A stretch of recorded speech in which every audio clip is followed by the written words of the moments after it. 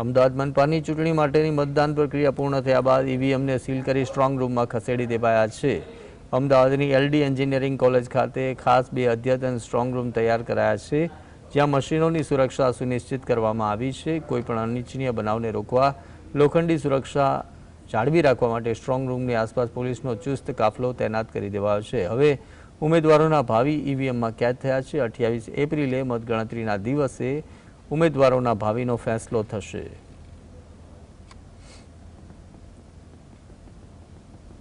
Ahmedabad municipal corporation ચૂંટણી મતદાર પ્રક્રિયા જે છે તે પૂર્ણ થઈ ચૂકી છે।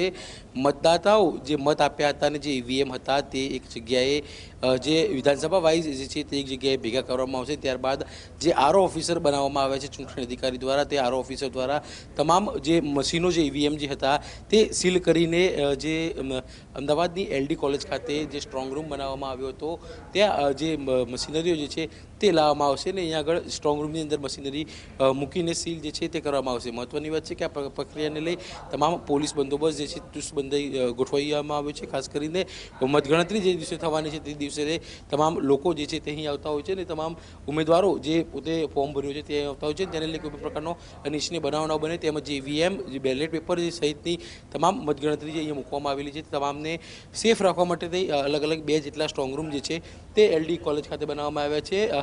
અલગ અલગ વિધાનસભાના 8 જેટલા જે બૂથ જે છે જે 8 જેટલા વોર્ડ જે છે તે એલડી કોલેજ ખાતે બનાવવામાં આવે છે અને 8 જેટલા બીજા જે છે તે ગુજરાત કોલેજ ખાતે બનાવવામાં આવે છે। મહત્વની વાત છે કે આ બંને જગ્યા ઉપર સ્ટ્રોંગ રૂમ બનાવવામાં આવે છે અને સ્ટ્રોંગ રૂમની અંદર જે તમામ ઉમેદવારો ભવિષ્ય નક્કી થવાનું છે તે સ્ટ્રોંગ રૂમમાં સીલ કરવામાં આવશે અને હાલ પોલીસ બંદોબસ્ત જે છે તે જોવા મળી રહ્યો છે।